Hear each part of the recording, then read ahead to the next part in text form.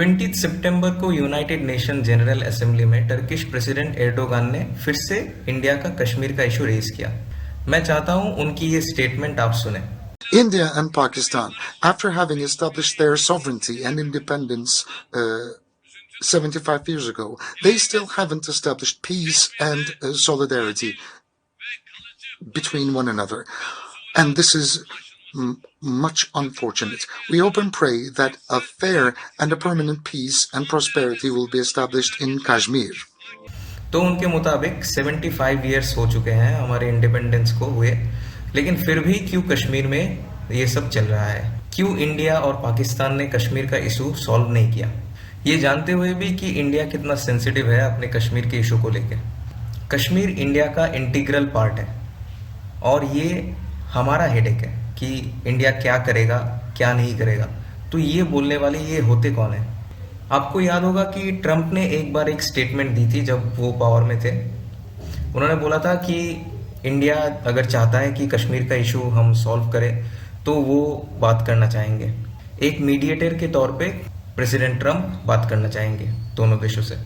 फिर इंडिया ने जवाब दिया था कश्मीर हम इंडिया और पाकिस्तान का इंटरनल इशू है, उसको हम दोनों मिलकर सॉल्व करेंगे, हमें बाहर से कोई हेल्प नहीं चाहिए होगी, ये हमारा इंटरनल मैटर है और हम दोनों ही मिलकर इसको रिजॉल्व करेंगे।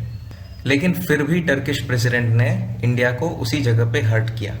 इससे पहले भी 2020 पे यूनाइटेड नेशंस पे इन्होंने ऐसा ही कुछ स्टेटमेंट दिया था। इन्होंने कहा था कि peace of South Asia is still a burning issue.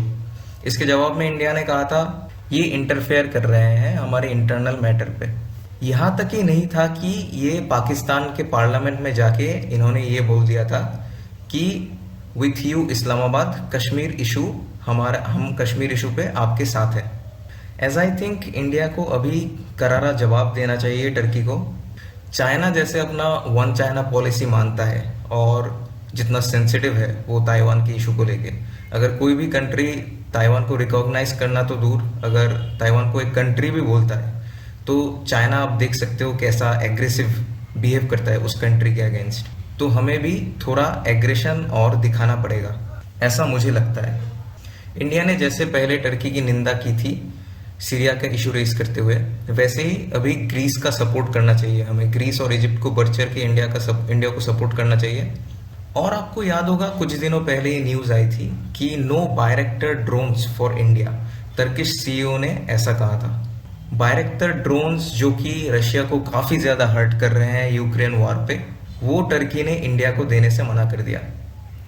Actually मना नहीं किया, इंडिया ने कभी इंटरेस्ट दिखाया भी नहीं, लेकिन फिर भी इन्होंने कहा कि हम सिर्फ फ्रेंडली कंट्री को ये ड्रोन्स देंगे, इंडिया को कभी भी नहीं देंगे।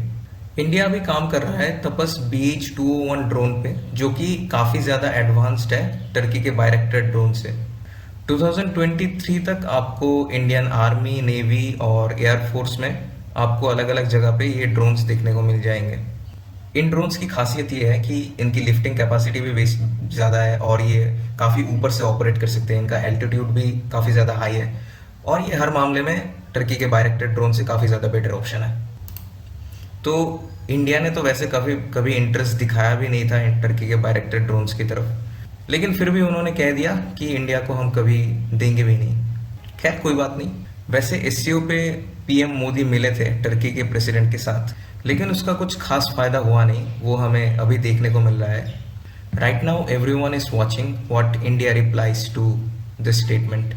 एज आई सेड, इंडिया को काफ़ी ज़्यादा एग्रेशन दिखानी पड़ेगी, हमें एग्रेसिव होना पड़ेगा, हमें ऐसी स्टेटमेंट्स देनी पड़ेगी कि कोई कंट्री, कोई दूसरी बाहर की कंट्री सोची भी ना हमारे कश्मीर के इशू को उठाने की।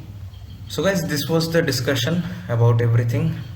अगर नए हो तो चैनल पे, तो चैनल को सब्सक्राइब कर देना। चलते हैं, bye, have a nice day.